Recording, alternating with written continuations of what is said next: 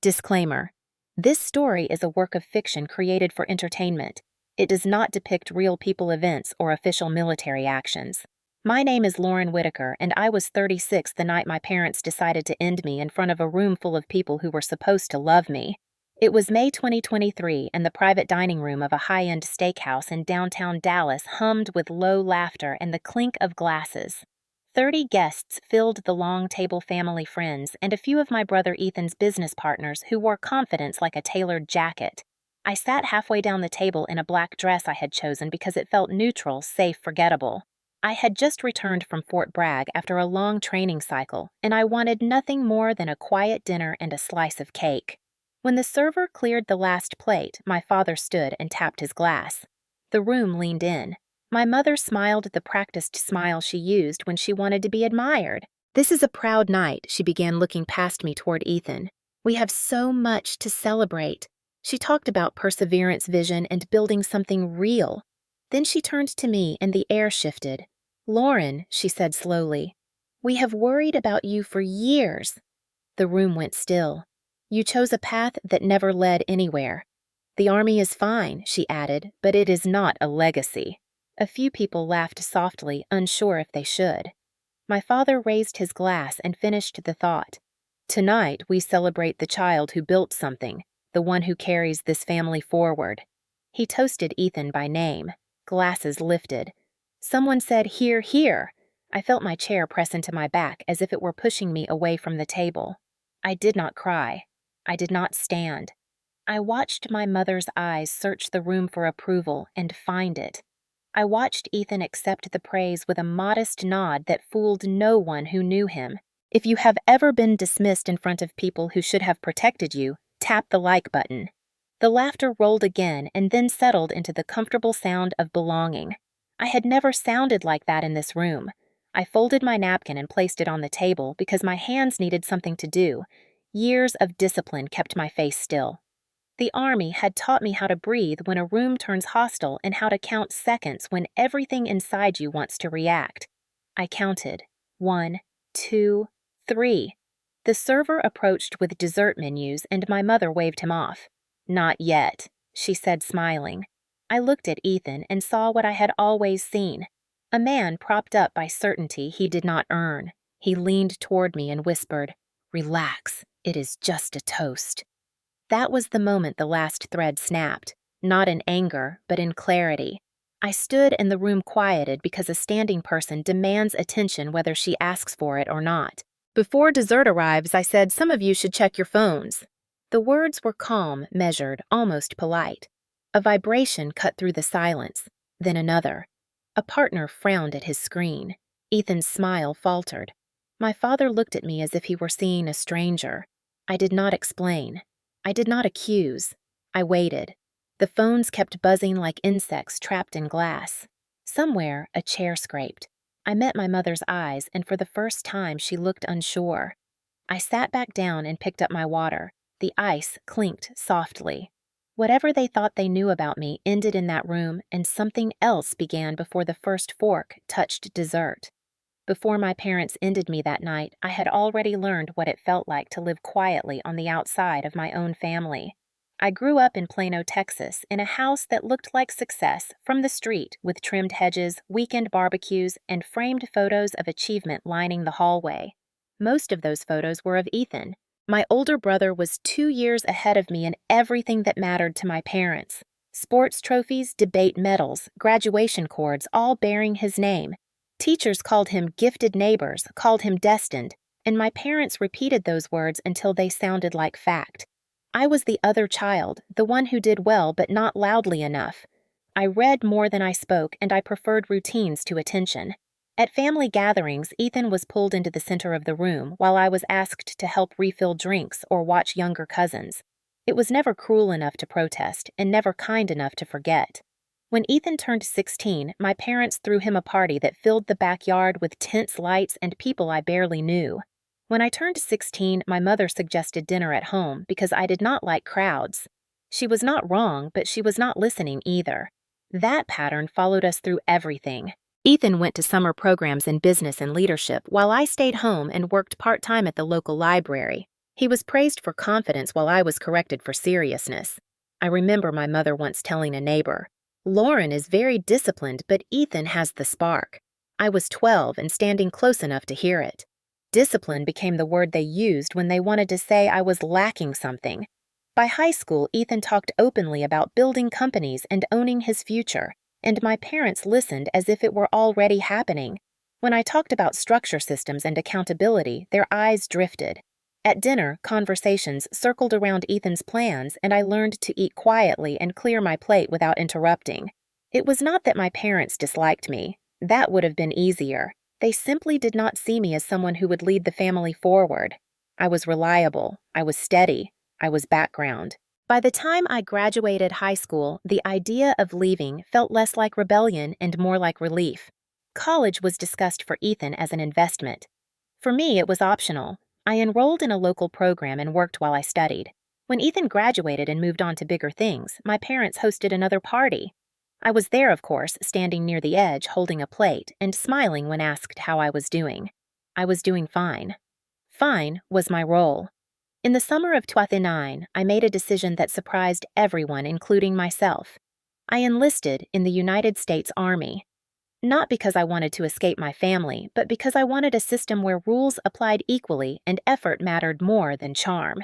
When I told my parents, my father asked if I was sure, and my mother asked if I had considered something safer. Ethan laughed and said I did not know you were the military type. I was not sure what that meant, but I knew this was the first choice I had made without waiting for permission. Basic training stripped everything away and left only what could endure. I learned to wake before dawn to follow orders and to trust people who did not know my last name. For the first time, I was evaluated on performance, not potential. The Army did not care that I was quiet. It rewarded it. Precision, discipline, and attention to detail were strengths there. While Ethan built his image at home, I built competence far from it. Letters from my parents were polite and proud in a distant way. They told people their daughter was serving, and it sounded good when they said it out loud. But it never carried the same excitement as Ethan's progress. Over the years, I came home less often.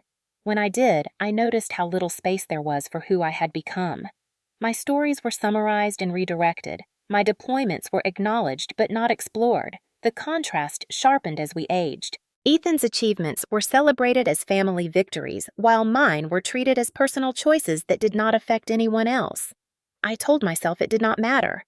I had built an identity that stood on its own. Still, there were moments when the old ache returned, like holidays when my parents would host gatherings around Ethan's schedule or introduce him as the reason they were proud. I remained the disciplined one, the dependable one, the serious one. If you grew up being compared to a golden child, let me know in the comments. By my mid-30s, I had stopped expecting my parents to change. I believed I had made peace with the role they assigned me. I did not need their approval anymore, or so I thought. What I did not realize was how quickly old patterns can resurface when pride and public attention collide. The night of my birthday in Dallas did not create a wound. It reopened one that had been forming quietly since childhood, and it forced me to finally see the truth I had avoided. In their eyes, I had never been the future. I had only been the supporting structure holding it up. Ethan was always good at being seen. Where I learned to disappear into routines, he learned to step into rooms and make them bend toward him. After high school, my parents sent him out of state to study business at a private university they spoke about as if it were an investment portfolio. Tuition, housing, internships, travel. Everything was covered without discussion. They called it believing in his future. When I needed help buying textbooks, they asked if the library had copies. Ethan thrived in environments that rewarded confidence over substance. He learned the language of growth vision scalability words that sounded impressive, even when they floated free of details. At holiday dinners, he would talk about markets and opportunities, and my parents would lean forward, hanging on every sentence as if it were already a success story. When he graduated, they threw another party. This one was smaller than his 16th birthday, but louder in spirit. My father gave a speech about entrepreneurship, and my mother cried in the kitchen, telling friends she always knew Ethan would do something big. A few months later, they helped him register his first company. It was framed as a startup, but in truth, it was a carefully padded landing. Office space paid for. Legal fees handled. Introductions made quietly through country club dinners and long-standing friendships. Ethan called it networking. My parents called it support. I watched from a distance as the pieces came together with a smoothness I had never experienced in my own life. The company was logistics-based, focused on moving equipment and materials for larger operations. On paper, it made sense. Logistics is the quiet backbone of everything, and it sounded respectable. What Ethan did not talk about was how quickly doors opened for him that remained closed to others. My parents had friends who knew people who sat on boards who advised firms that brushed against government work. None of it was illegal in appearance. It was the kind of influence that hides in plain sight. Ethan learned early that success often comes less from what you know, and more from who answers your calls. His first contracts were small but well-timed. Subcontracts that let him claim experience without carrying much risk. Each one came with another introduction, another handshake, another story my parents would repeat at dinner parties. They told people Ethan was building something from the ground up. I knew better.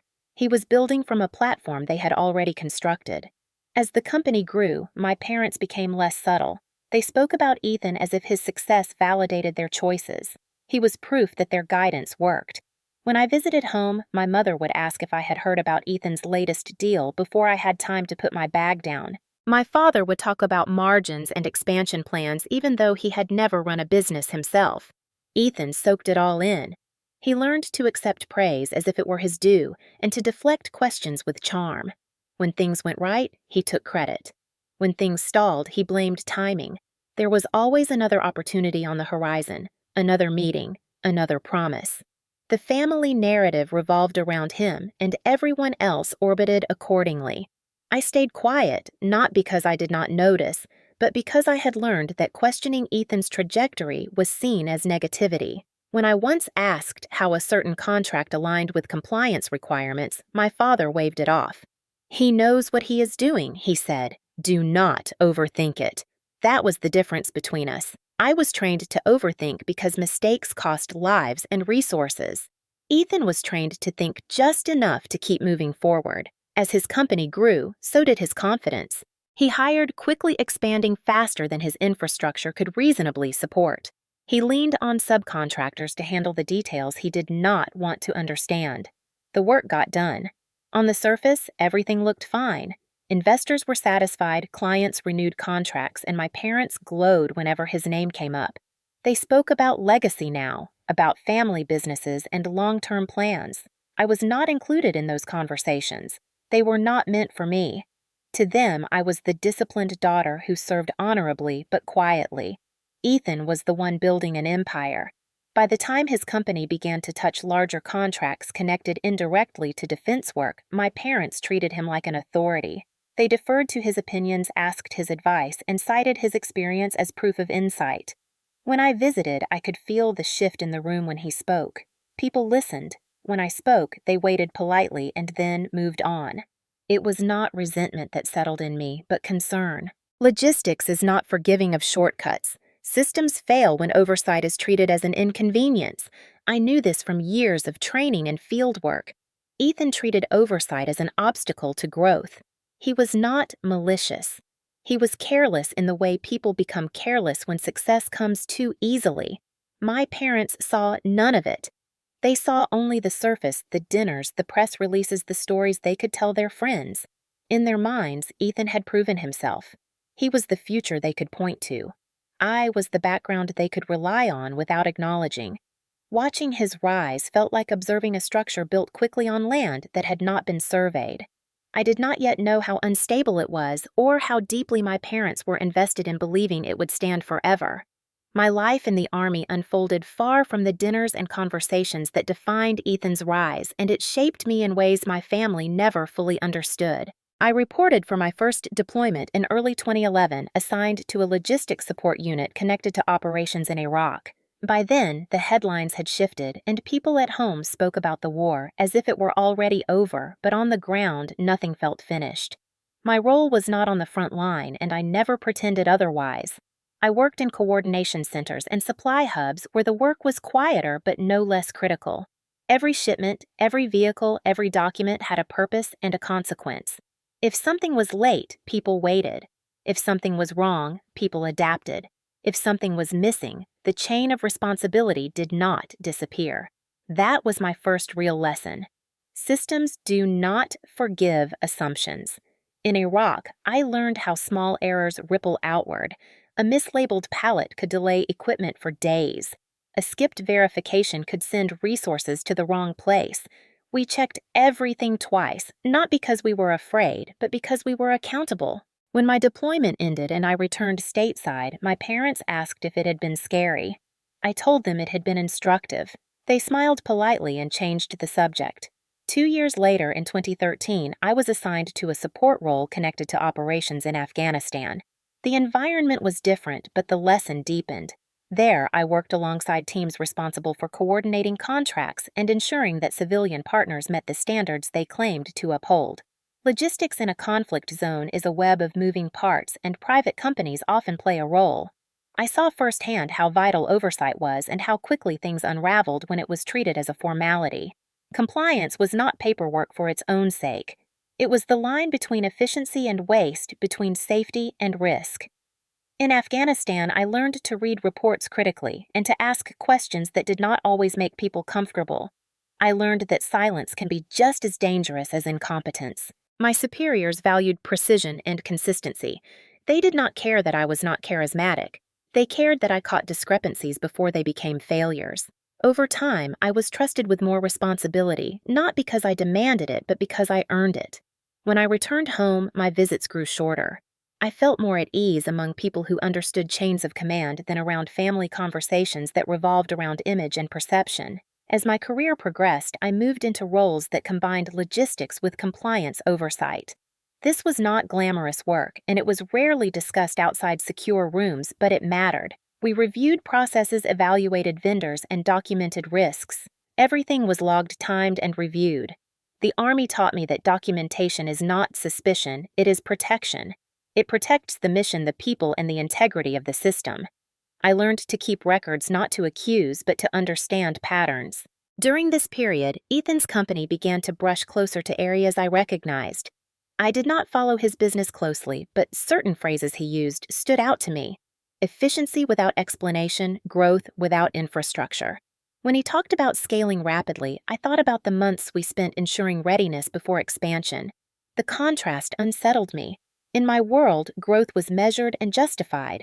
In his, it was celebrated regardless of foundation. I never confronted him. The Army had also taught me restraint. You do not raise concerns without cause, and you do not act without evidence. Instead, I observed.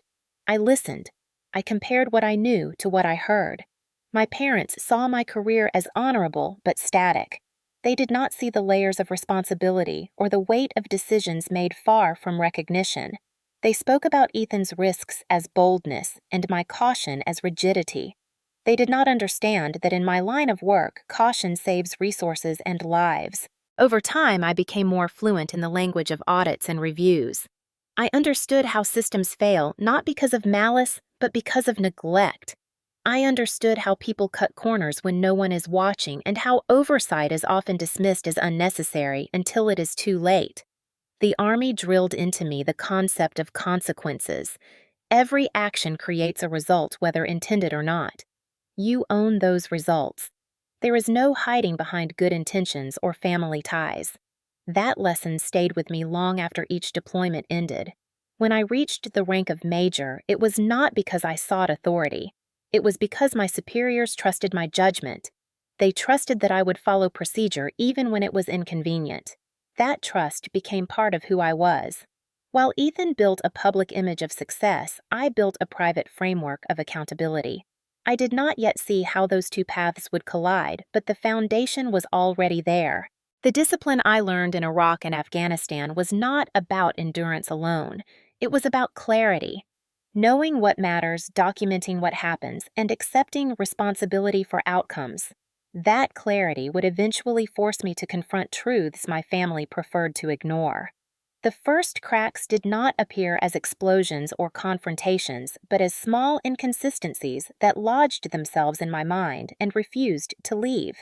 It began late in 2021 when I came home for a short visit between assignments.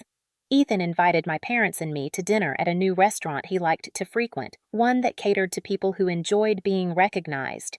Halfway through the meal, he leaned back in his chair and announced that his company had secured what he called a major contract. He spoke loudly enough for nearby tables to hear, and my parents beamed with the familiar pride I had seen my entire life. He talked about scale expansion and long-term value using the same confident phrases he had always relied on. I listened carefully because certain words matter more than others when contracts are involved. As he described the scope of work, he mentioned timelines that did not align with standard review cycles and deliverables that sounded impressive but vague.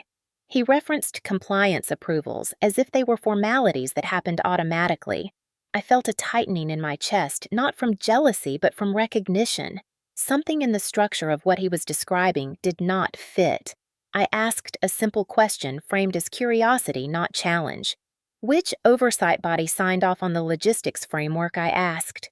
Ethan smiled and waved his hand dismissively, saying it was all handled through the usual channels. My father laughed and told me not to interrogate him like he was one of my soldiers.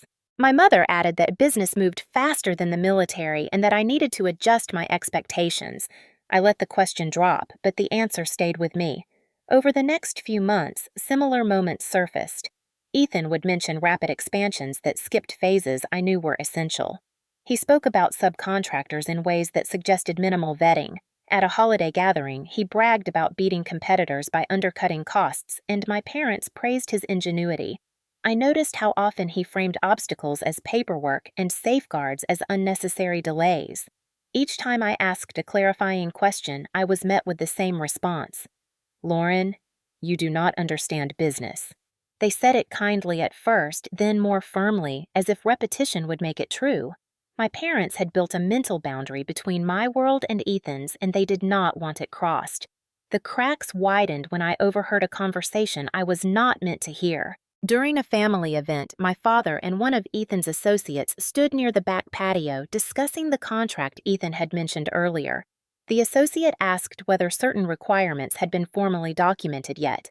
My father replied confidently that Ethan had it under control and that delays were being smoothed over. That phrase stuck with me. Smoothed over. In my experience, nothing is smoothed over without cost. Later that evening, Ethan joined the conversation and spoke about moving forward before all approvals were finalized because momentum mattered. I stood a few feet away, holding a glass of water, feeling as though I were listening to a different language spoken with familiar words. I excused myself quietly and went inside.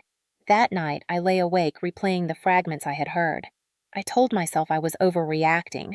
I reminded myself that my role was not to audit my brother. Still, the discomfort grew.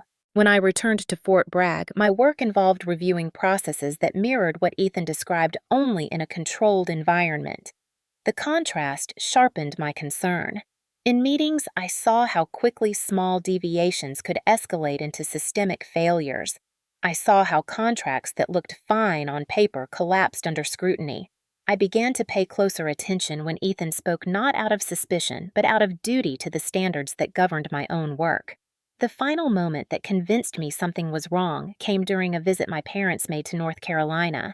We had dinner at a quiet place near base, and Ethan joined us by phone to share updates. He proudly announced that his company was now handling logistics for a project that sounded adjacent to areas I recognized. He named locations and timelines that did not align. I asked gently whether the contract included a specific review phase required for that type of work.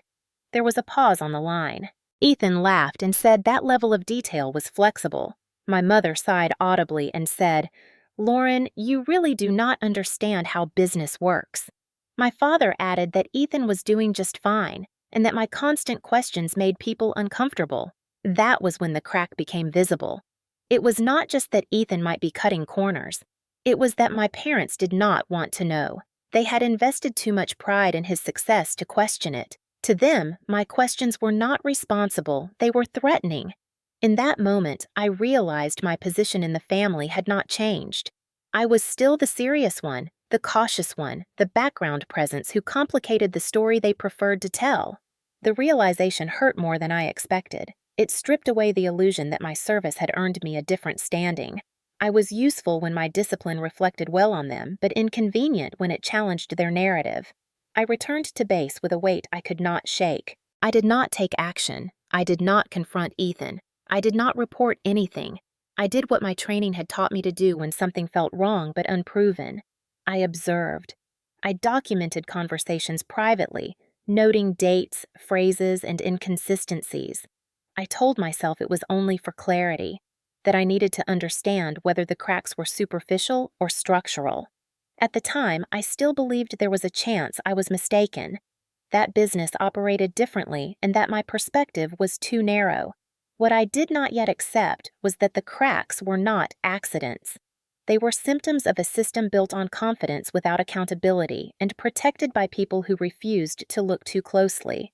The discovery phase did not begin with a dramatic revelation, but with an assignment that looked routine on paper and quietly altered everything I thought I could ignore. In early 2022, I was reassigned into an audit support role connected to logistics oversight, the kind of position that rarely makes anyone nervous because it does not carry authority on its face. We reviewed documentation flagged by automated systems and cross-checked vendor submissions for consistency. It was methodical work built on patterns rather than accusations. I told myself this was separate from my family, and I meant it when I said it. Then a familiar name surfaced in a batch of files routed through a civilian partner. It was not my brother's company directly, but a subcontractor tied to a network I recognized from his conversations. I felt a flicker of discomfort and forced myself to slow down. The Army does not reward assumptions. It rewards verification. I followed the process exactly as written and opened the documentation. At first, nothing looked alarming. The formatting was clean. The numbers were neat. The certifications were present. Then I compared dates across submissions and noticed overlaps that should not exist. Delivery timelines repeated in ways that suggested copying rather than execution. Pricing structures were uniform where variability was expected. I pulled additional files and the pattern repeated. This was not proof of wrongdoing. It was proof of carelessness at minimum. I escalated the review internally without commentary and continued my work. Over the next weeks, more files crossed my desk and the connections sharpened. The same subcontractors appeared under different project names. Their credentials were technically valid but thin, lacking the operational history required for the scope described. When I cross-referenced pricing models, I saw inflation disguised as administrative overhead, numbers padded just enough to avoid triggering immediate scrutiny. In isolation, each discrepancy could be explained away. Together, they formed a shape I recognized. This was not how compliance systems behaved. The moment that made my stomach drop came when I traced a document trail back to a parent entity and saw my brother's company listed as a coordinating partner. My pulse stayed steady, but my thoughts did not. I stepped away from the screen and reminded myself that recognition is not accusation. I took a breath and returned to the file. I followed the process. I logged observations without names and submitted them through the proper channel. The Army had taught me that when systems fail, they do so because people bend rules, gradually convincing themselves that small deviations do not matter. I was now looking at a series of deviations that aligned too well to be coincidence. Over the next months, I reviewed additional material as part of broader audits, and each time the same elements surfaced. Documentation recycled across contracts. Pricing that increased without corresponding justification. Subcontractors with minimal capacity assigned to critical roles. This was not a single error. It was a strategy built on the assumption that no one would look closely. What unsettled me most was not the potential fraud, but the familiarity of the language used to justify it. The phrases matched what Ethan had said at dinner. Momentum matters. Everyone does it. The paperwork catches up later. I realized then that I was not discovering something new. I was finally seeing clearly what had been there all along. I kept my work compartmentalized and my personal life silent. I did not call Ethan. I did not confront my parents. I understood now that they were not merely unaware. They had chosen not to know. As the reviews progressed, the findings were escalated by others whose role carried authority. I remained an observer and documenter exactly as policy required. When questions arose, I answered them with facts and references, never conclusions. The systems responded the way they were designed to respond. Flags were raised, timelines were requested, additional audits were scheduled. None of this happened because of me alone, and that distinction mattered. This was not personal retaliation. It was institutional consequence. Still, the weight of recognition pressed on me. Every evening I returned to my quarters and sat with the knowledge that my brother's success was built on a foundation I could now see through. I remembered my parents' pride and their dismissal of my questions, and understood how easily confidence shields misconduct. The discovery phase was not a single moment, but a series of confirmations that removed my last doubts. There was no ambiguity left to protect. What I had once hoped was misunderstanding had become pattern. What I had once feared was bias had become evidence. I did not feel anger. I felt clarity. The kind that settles into place and leaves no room for denial. This was the point where my training mattered most. I documented meticulously. I preserved timelines. I ensured my involvement remained procedural and transparent. I protected myself by doing exactly what the rules demanded and nothing more. Pause here because this is where everything changes. From that moment forward, the outcome was no longer a question of if but when, and the path ahead narrowed into something unavoidable. The moment clarity settled in, I understood that what I felt was not rage and it was not betrayal sharpened into anger. It was a decision taking shape quietly and firmly. I did not call Ethan. I did not warn my parents. I did not even hint that anything had changed. The Army had trained me to recognize the difference between impulse and judgment, and this was the kind of situation where impulse ruins outcomes. I kept my routines intact and my voice neutral. I showed up to work on time, completed assignments, and answered questions with the same measured tone I always used. Inside, I organized. I created a private chronology based on facts, not feelings. Dates, times, document numbers, submission paths, and review outcomes. I noted who asked which questions and when. I captured language used to justify deviations and cross-referenced it with policy. I treated my own observations as data points subject to verification. This was not about proving someone wrong. It was about ensuring the record was accurate. I knew that if I allowed emotion to guide my actions, I would compromise the integrity of everything that followed. So I did what the Army had taught me to do when the stakes were high. I slowed down. I reviewed guidance line by line. I confirmed reporting channels and the scope of my role. I reminded myself repeatedly that my responsibility was to the process, not to the outcome. That discipline protected me from making this personal, even as the implications were undeniably close to home. I saved copies only where authorized and logged access exactly as required. I wrote notes that were factual and restrained. I avoided adjectives. I avoided conclusions. If a discrepancy existed, I described it and cited the reference that defined why it mattered. I did not speculate. I did not predict. I let the system work. At home, I said nothing. When my parents called, I asked about their health and listened as they spoke about Ethan's progress with the same pride as always. I responded politely and changed the subject. When Ethan texted updates about expansion, I replied with brief congratulations and no questions. Maintaining normalcy was not deception. It was discipline. Any hint of warning would have altered behavior and corrupted the record. I understood that once people know they are being watched, they perform for the audience rather than the truth.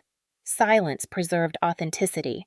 Weeks turned into months, and the documentation grew. Patterns became clearer. The timeline aligned. Each step reinforced the decision I had made to remain within the boundaries of my role.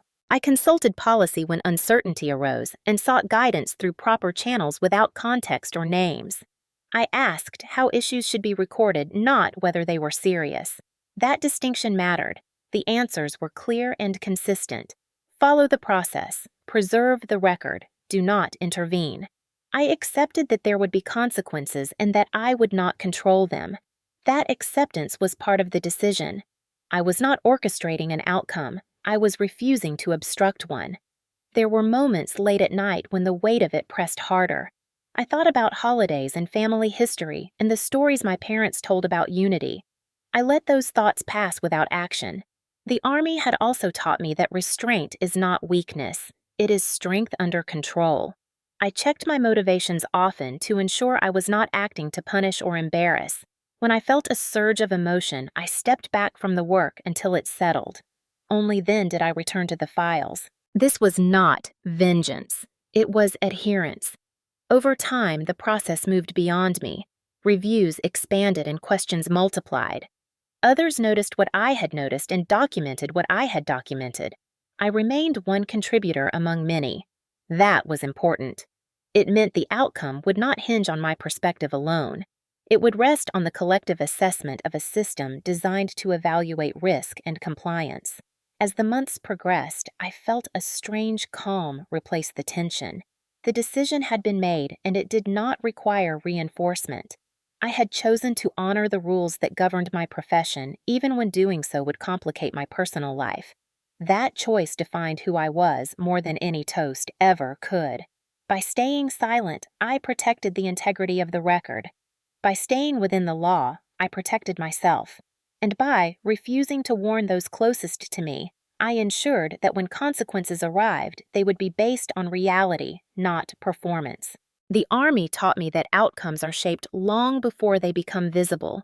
This was one of those moments. The work was quiet, the preparation was thorough, and the path forward no longer depended on emotion at all.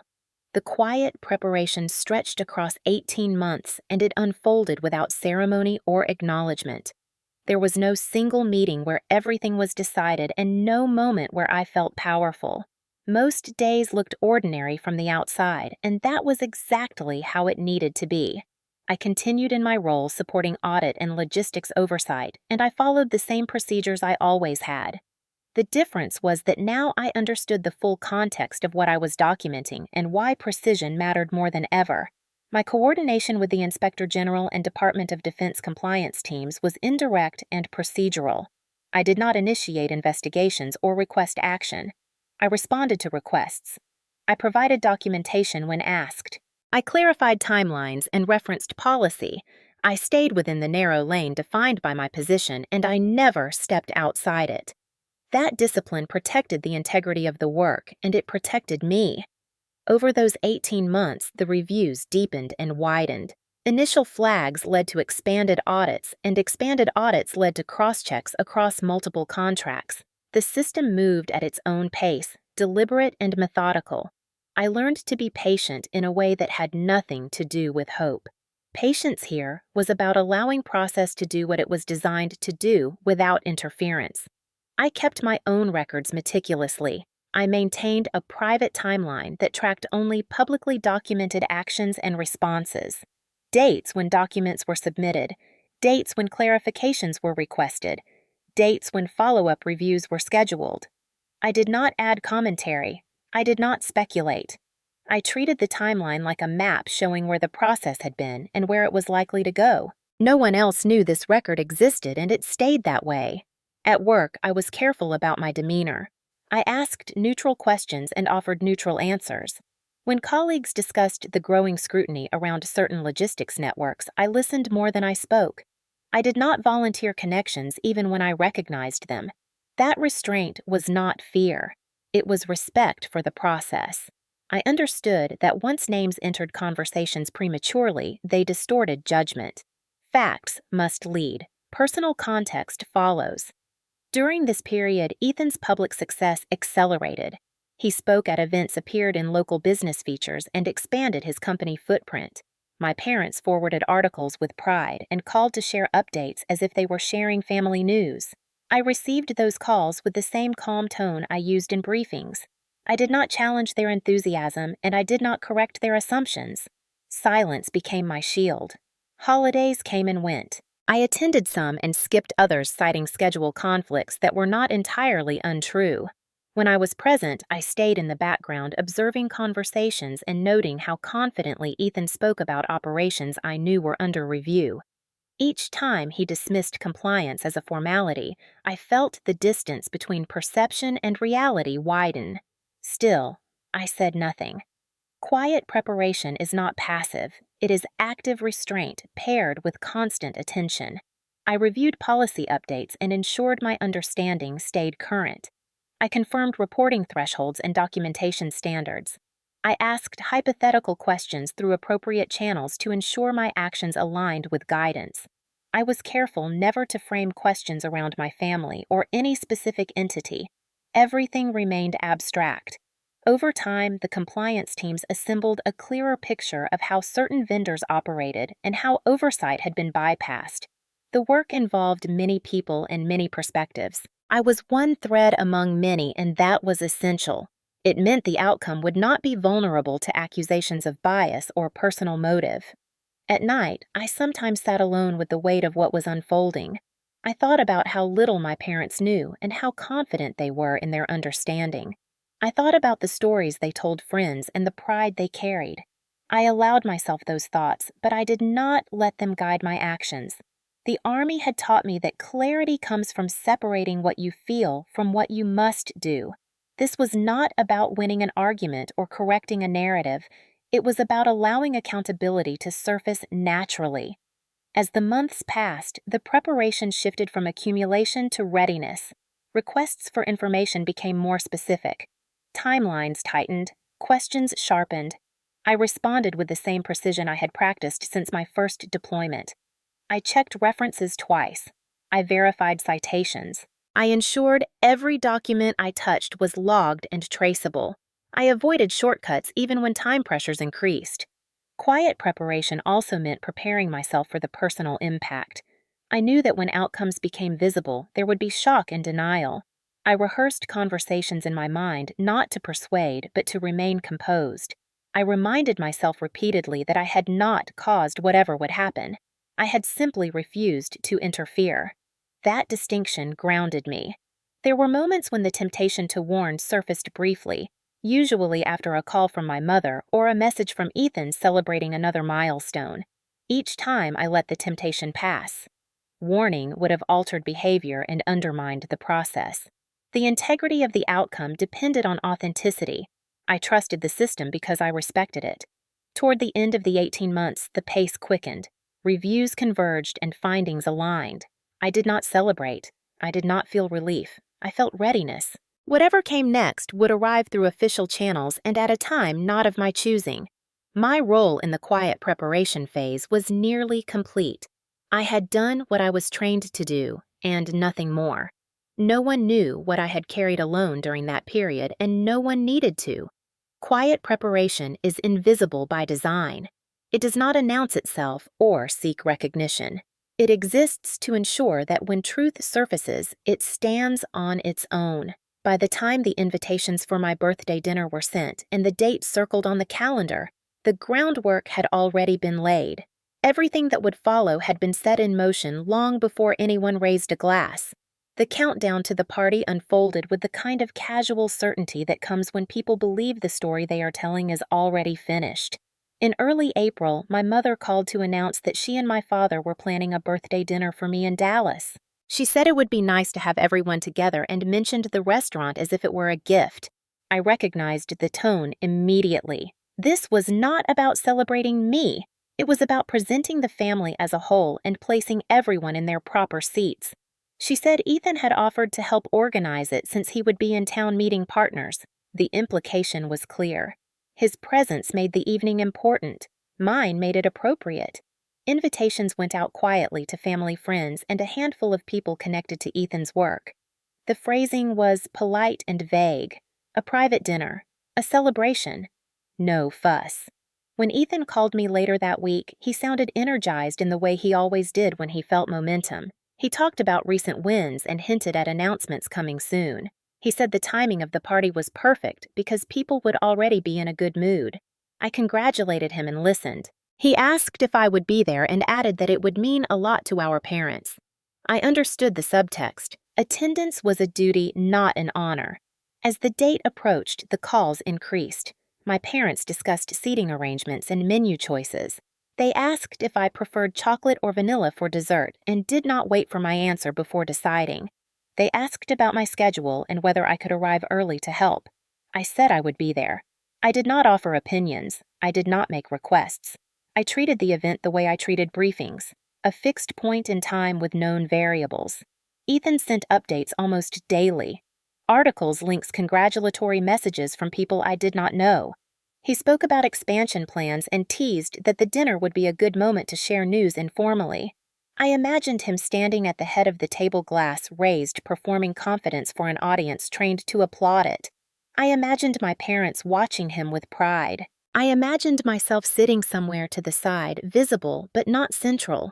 The pattern was familiar enough that it no longer surprised me. In the weeks leading up to the party, my work continued quietly. Reviews moved forward. Requests for clarification arrived and were answered. Nothing about my professional life intersected outwardly with the dinner being planned. That separation was deliberate. I kept my travel plans simple and my packing minimal. I chose a dress that would not draw attention. Black plain, unremarkable. I told myself I wanted comfort. The truth was, I wanted neutrality. The night before the party, Ethan texted that he was looking forward to seeing me and added a smile. My parents called to confirm my arrival time and reminded me to be on my best behavior. My mother said it lightly, but the message was familiar. Do not complicate things.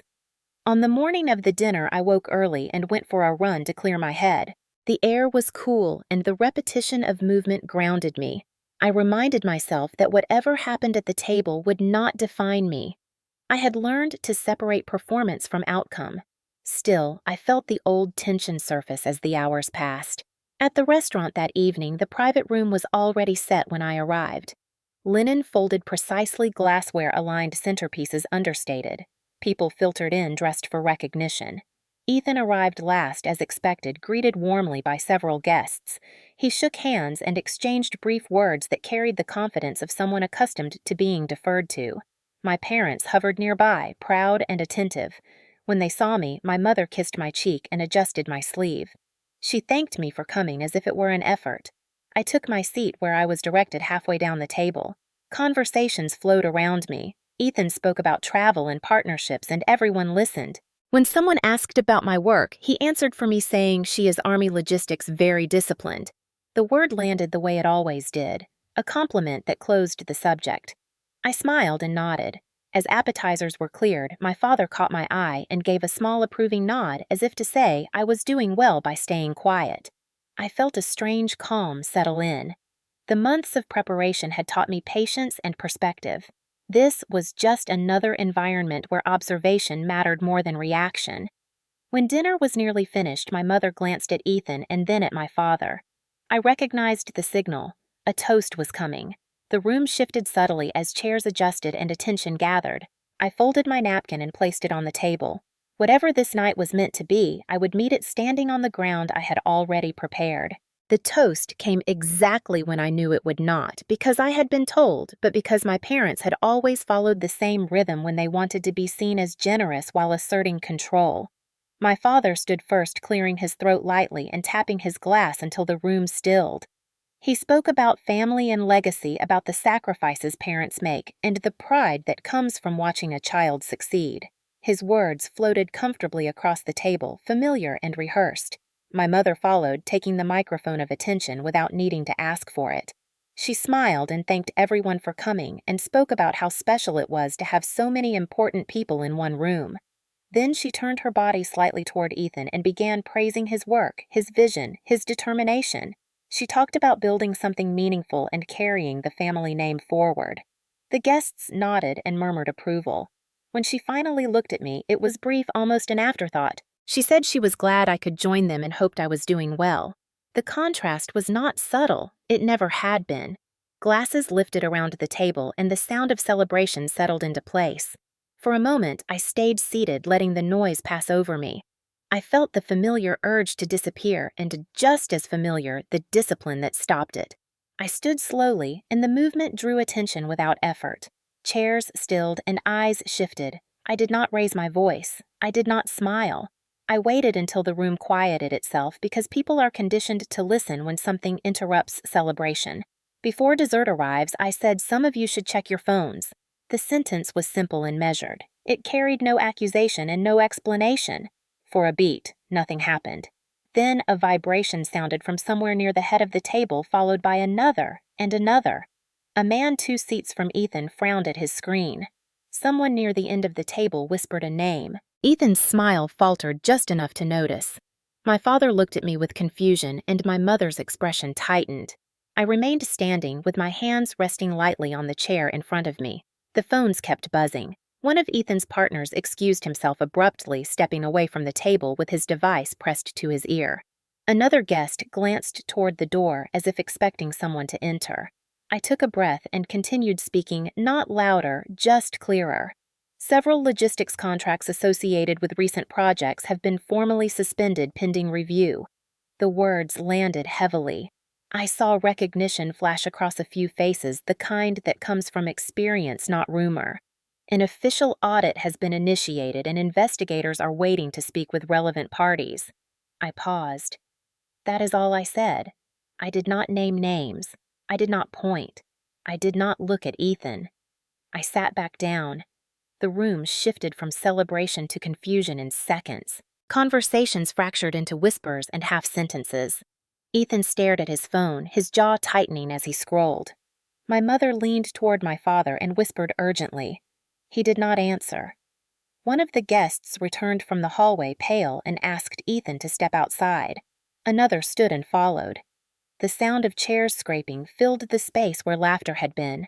Dessert menus arrived awkwardly, and the server hesitated, unsure whether to proceed. My father finally spoke, asking me in a low voice what I had done. I met his eyes calmly. I have not done anything, I said. I let the process work. That answer did not satisfy him, but it was the truth. Ethan returned briefly, his face flushed and his confidence stripped away. He demanded to know what this was about and why this was happening now. I said nothing. The questions did not require my participation. A woman at the table quietly began gathering her things. Another guest apologized to my parents and left. The room felt smaller, as if the walls had moved closer. My mother's composure cracked, and she asked me to explain myself. I told her that explanations would come through the appropriate channels. Her eyes filled with a mixture of anger and fear and something like realization. For the first time, she seemed unsure which story she was in. Ethan's phone rang again, and he stepped away, pressing it to his ear with shaking hands. My father sat back heavily, staring at the tablecloth as if numbers might rearrange themselves into comfort. The server returned, asking whether to bring dessert, and no one answered. I picked up my water and took a sip. The ice had melted, leaving it lukewarm and flat. It tasted like the end of something. A man near the head of the table whispered the word audit as if it were profanity. Another guest asked if this was some kind of misunderstanding. I did not respond. The system does not correct misunderstandings in dining rooms. It corrects them in offices with records and timelines. My parents watched the room empty slowly as people found reasons to leave. Apologies were murmured and avoided. No one looked directly at Ethan. By the time the last guest excused themselves, the table was half cleared and the atmosphere was heavy with the knowledge that nothing could be undone. My mother reached for my hand and then stopped herself. My father finally asked when this would end. I told him that depended on what the review found. That answer felt inadequate to him, but it was the only honest one. Ethan returned last, collapsing into his chair and staring straight ahead. He asked again what I had done. I said nothing because there was nothing to add. The process had been set in motion long before this night, and it would move forward whether we sat there or not. The server quietly placed dessert plates on the table as if fulfilling an obligation. No one touched them. The irony did not escape me. Before dessert arrived, the story they believed about our family had already collapsed. If you are watching this and your heart is racing, comment, "Justice." I stood to leave and gathered my coat. My parents watched me go, as if seeing me clearly for the first time and not knowing what to say. I walked out into the cool night air of downtown Dallas and breathed deeply. Behind me, phones continued to ring and voices rose and fell. Ahead of me was silence. The public exposure was complete, and nothing else needed to be said. The collapse did not arrive as a single moment, but as a cascade that began the instant I stepped out of the restaurant and continued gathering force without pause. My phone stayed silent as I walked to my car, but I could hear the echoes behind me through the glass walls, voices overlapping chairs, scraping questions asked too late. By the time I reached the street, the night felt unusually calm, as if the city itself were indifferent to what had just begun. I drove away slowly, not because I was shaken, but because there was nothing to rush toward. The first call came minutes later from an unfamiliar number. I let it go. Then another. Then several in quick succession. I silenced the phone and focused on the road. The collapse was not something to witness up close. It would unfold regardless. Ethan called next. His name lit the screen, and I felt a brief tightening in my chest before it passed. I did not answer. Panic does not become clarity when you feed it. I parked near my hotel and went inside where the lobby was quiet and impersonal. When I reached my room, I placed my phone face down on the desk and washed my hands as if returning from a long day at work. The calls continued. I could hear the vibration through the wood. Eventually, I turned the phone over and read the messages without responding. Ethan demanded answers, then pleaded, then accused. His tone shifted rapidly as his certainty collapsed. He wrote that there had been a mistake, that someone had misunderstood paperwork, that this could be fixed. He asked if I knew anything, and when I did not respond, he told me to call him immediately. The confidence that once anchored him had evaporated. Between his messages were missed calls from my parents. They left no voicemails at first. Silence can be louder than words. I sat on the edge of the bed and waited. In the morning, the news moved faster than sleep. Ethan's company website went offline, replaced by a generic maintenance notice. A local business forum speculated about suspended contracts. Partners who had once shared photos with him stopped returning calls. The collapse spread outward, touching everything it had relied on. Ethan called again and this time left a message. His voice shook as he spoke quickly, trying to outrun the implications. He said investigators had contacted him and that accounts were frozen pending review. He said clients were pulling back and that his lawyers needed time. He asked if I had said anything to anyone. He asked if I could help. I listened to the message twice and then archived it. My parents called later that morning. When I answered, neither of them spoke for several seconds. My father finally asked where I was and whether we could talk. His voice lacked its usual authority. I told him I was safe and that we could talk later. He said, "Your mother is very upset." I said I understood. He asked again what was happening and whether it would pass. I told him I did not know and that questions should be directed through official channels. He fell silent. For the first time in my life, my parents did not have a response ready. Throughout the day, messages arrived from people who had never contacted me before. Distant relatives, acquaintances, former classmates, all suddenly concerned. Some asked what had happened. Others asked if the rumors were true. I did not reply. The collapse was not a conversation. It was an event governed by process. Ethan called repeatedly throughout the afternoon, his messages growing shorter and more frantic. He alternated between anger and desperation. He accused me of betrayal and then begged me to explain how to make it stop. He asked if I had turned him in. He asked if I could talk to someone. He asked if I could make a call. Each question revealed how little he understood about the system he had relied on. By evening, my parents left a voicemail together. My mother spoke first, her voice tight and strained. She asked why I had embarrassed them and what I had hoped to achieve. My father added that this was tearing the family apart and that Ethan was not well. They did not ask if I was all right. They did not ask what I had experienced. Their concern centered entirely on the disruption to the image they had built. I listened once and then deleted the message.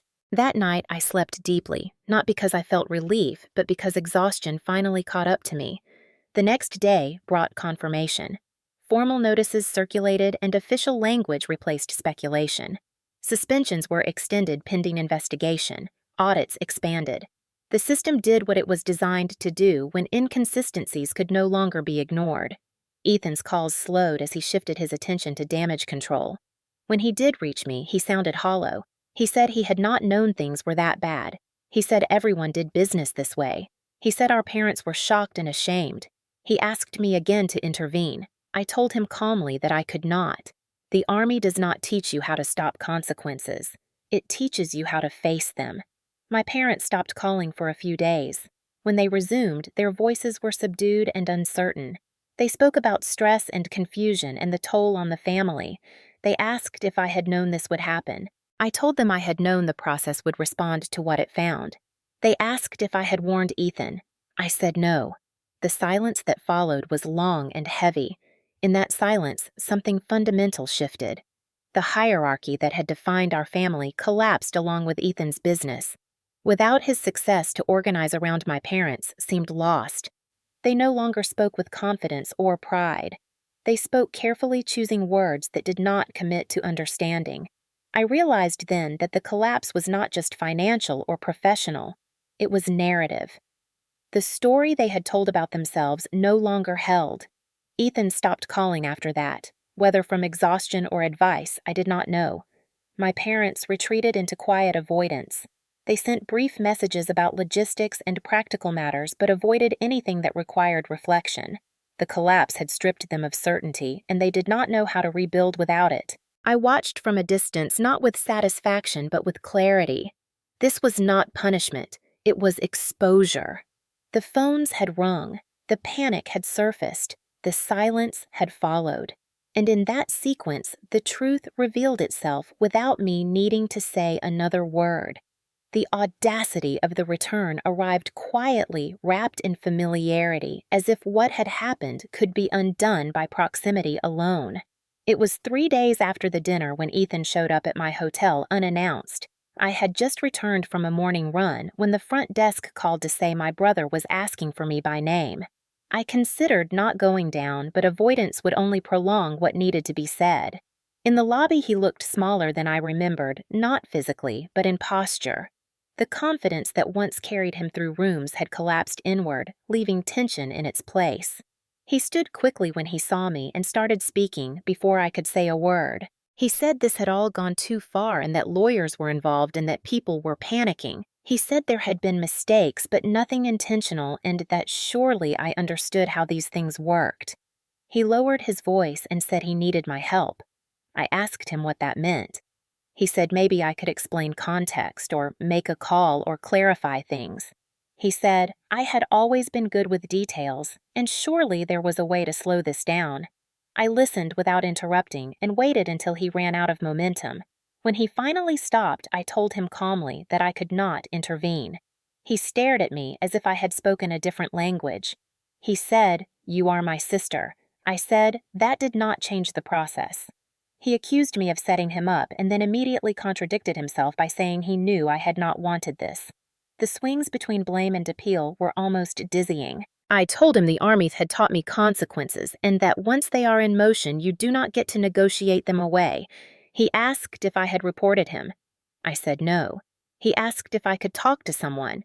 I said no. He asked what he was supposed to do. I said respond through the appropriate channels. That answer frustrated him because it offered no loophole. He left abruptly without saying goodbye, and the automatic doors closed behind him with a soft, final sound. An hour later, my phone rang, and it was my parents. My mother spoke first, her voice trembling with urgency. She said we need to talk and asked where I was. I told her I was safe. She said Ethan is not okay and that he is under a lot of pressure. My father took the phone and said this has gone far enough. He said whatever point you were trying to make has been made. He said family should protect each other. I waited until he finished and then spoke slowly.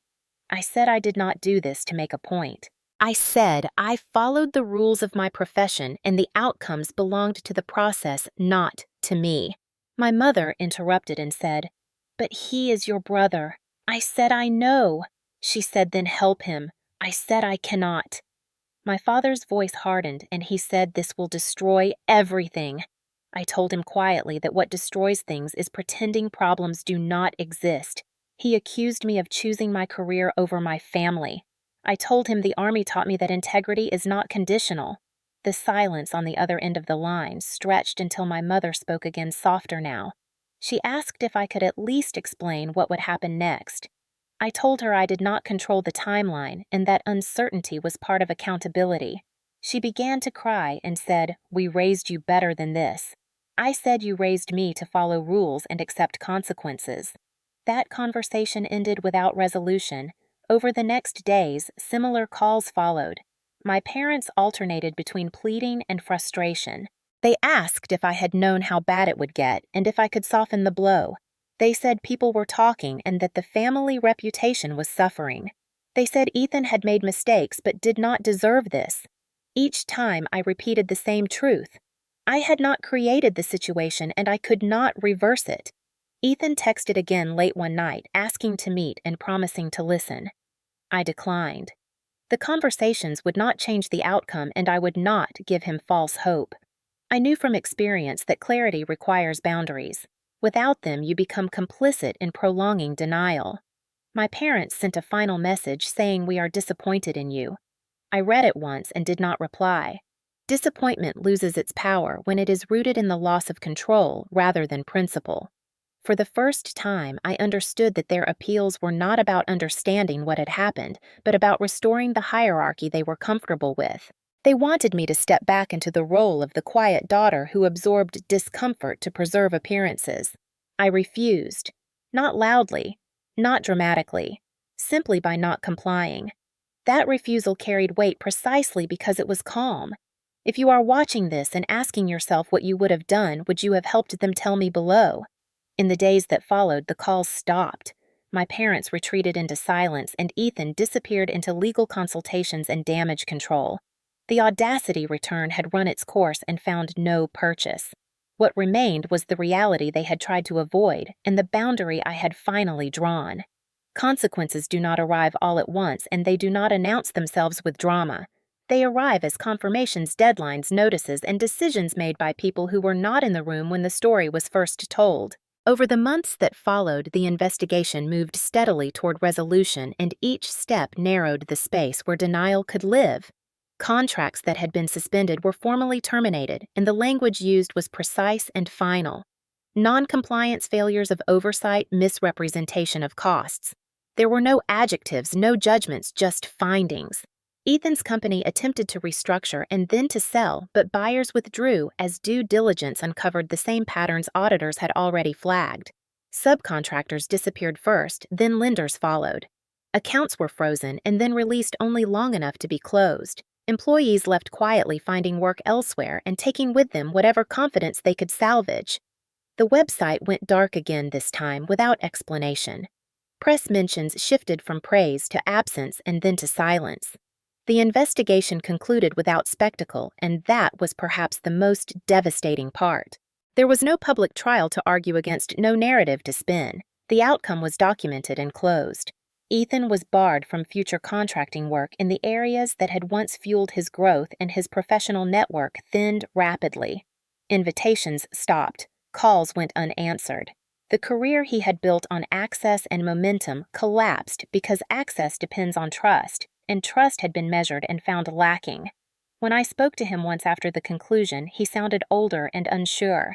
He said he did not know what came next. I told him that question belonged to him now. Our parents absorbed the fallout differently. Their loss was not financial but social, and for them, that was heavier. Friends who had once praised their guidance now avoided conversations about business. Invitations slowed and then ceased. The quiet pride they had carried became a liability, and they retreated into smaller circles where explanations were unnecessary. My mother stopped sending articles and updates, and my father stopped speaking about legacy. When I visited months later, the house felt subdued, as if the walls themselves had learned restraint. They did not ask about my work, and I did not volunteer details. The hierarchy that had once organized our family had dissolved, and in its place was uncertainty.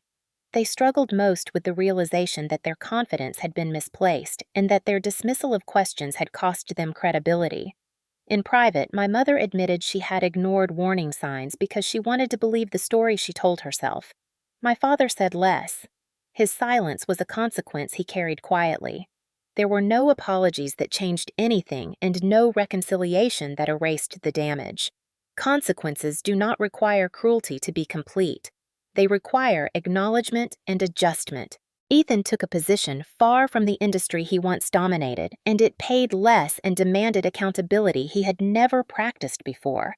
I did not celebrate that shift, and I did not mourn it.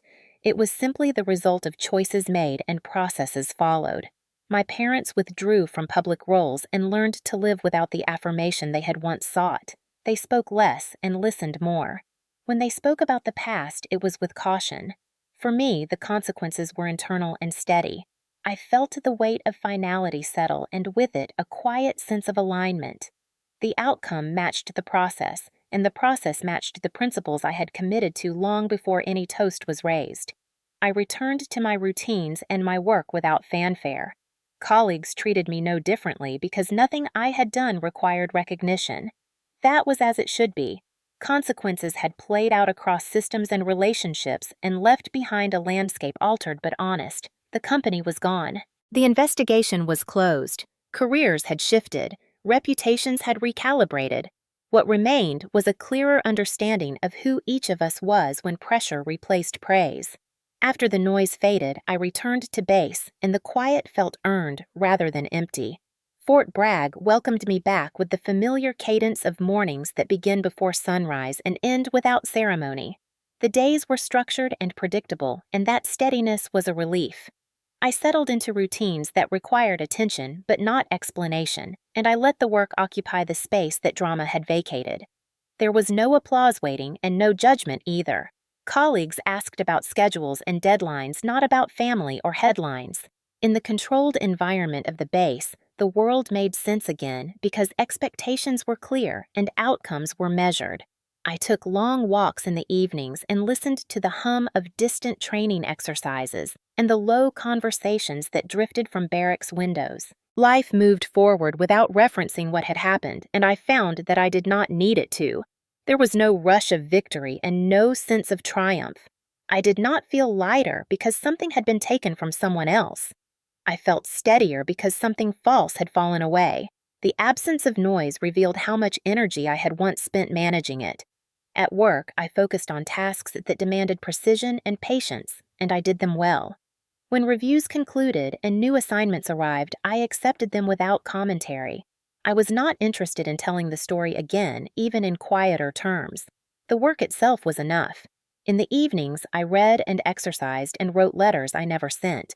I did not replay conversations or imagine alternate endings. Those exercises had no purpose now. I checked in with my parents occasionally through brief messages that exchanged information without emotion. They were polite and restrained, and so was I. We spoke about health and weather and logistics. We did not revisit the past or attempt to frame it in lessons. Silence became a shared boundary that allowed us to coexist without reopening wounds.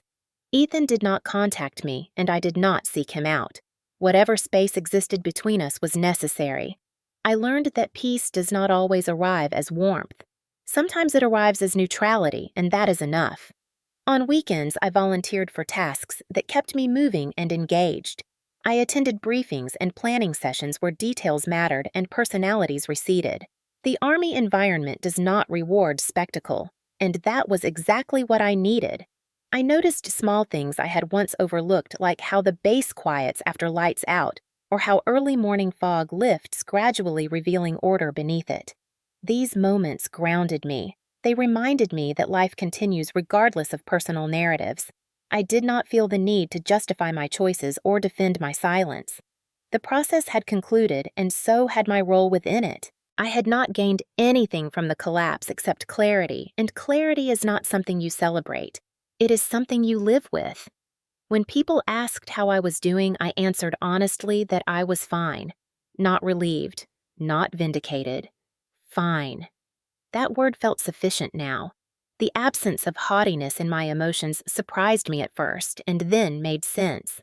I had never sought to win anything. I had sought alignment between values and action. That alignment held. Nights were quiet and sleep came easily. I stopped bracing for calls that did not come, and I stopped anticipating questions that were no longer asked. The world had adjusted, and so had I. In the stillness after the noise, I found something I had not expected, a sense of belonging that did not depend on recognition, a calm that did not require approval.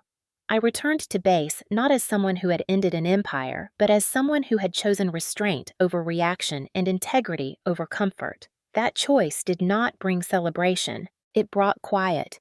And in that quiet, I discovered that peace does not need an audience. Peace arrived later, and it arrived with boundaries that I had once been afraid to name. A few months after returning to base, I accepted a transfer to a different assignment, one that shifted my focus away from the networks that had quietly shaped the last years of my work. The change was not an escape. It was an alignment. New responsibilities, new faces, and a pace that demanded presence rather than reflection. I packed lightly and moved without ceremony, telling only those who needed to know. When my parents heard about the transfer through a brief message I sent, they replied with polite words and questions I did not answer. I chose not to explain my reasons because explanations invite debate, and I was no longer willing to negotiate my stability.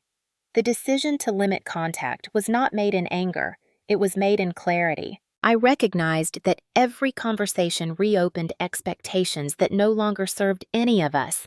So I set terms quietly and held them. Messages became infrequent and then stopped.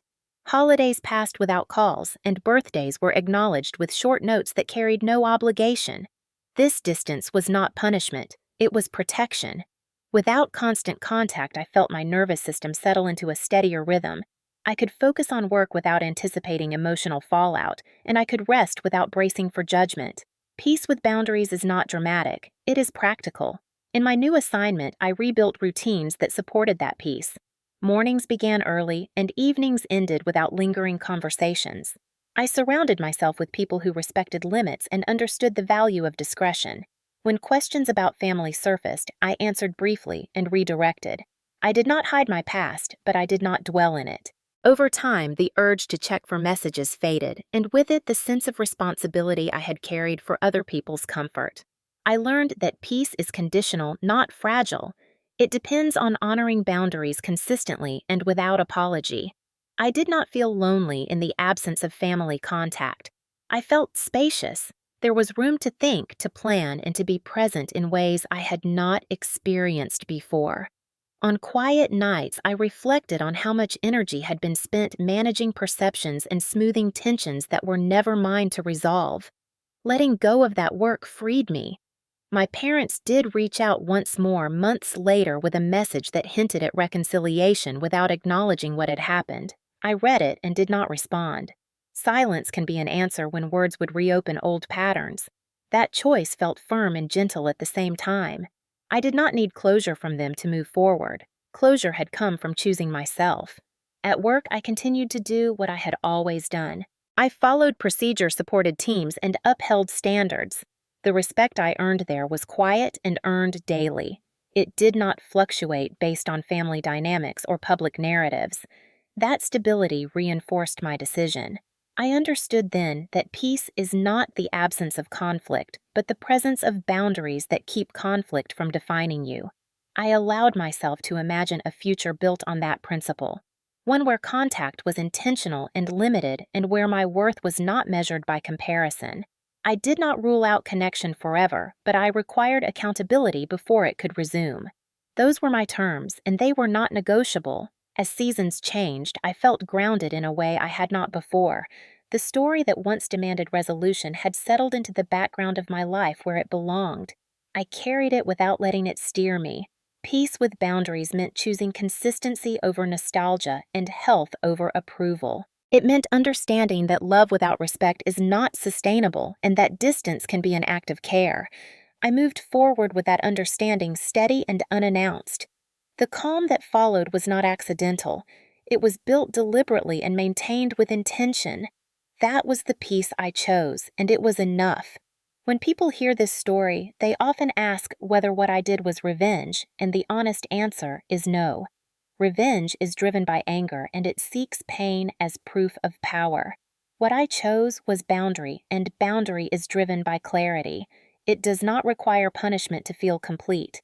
It requires alignment between values and action.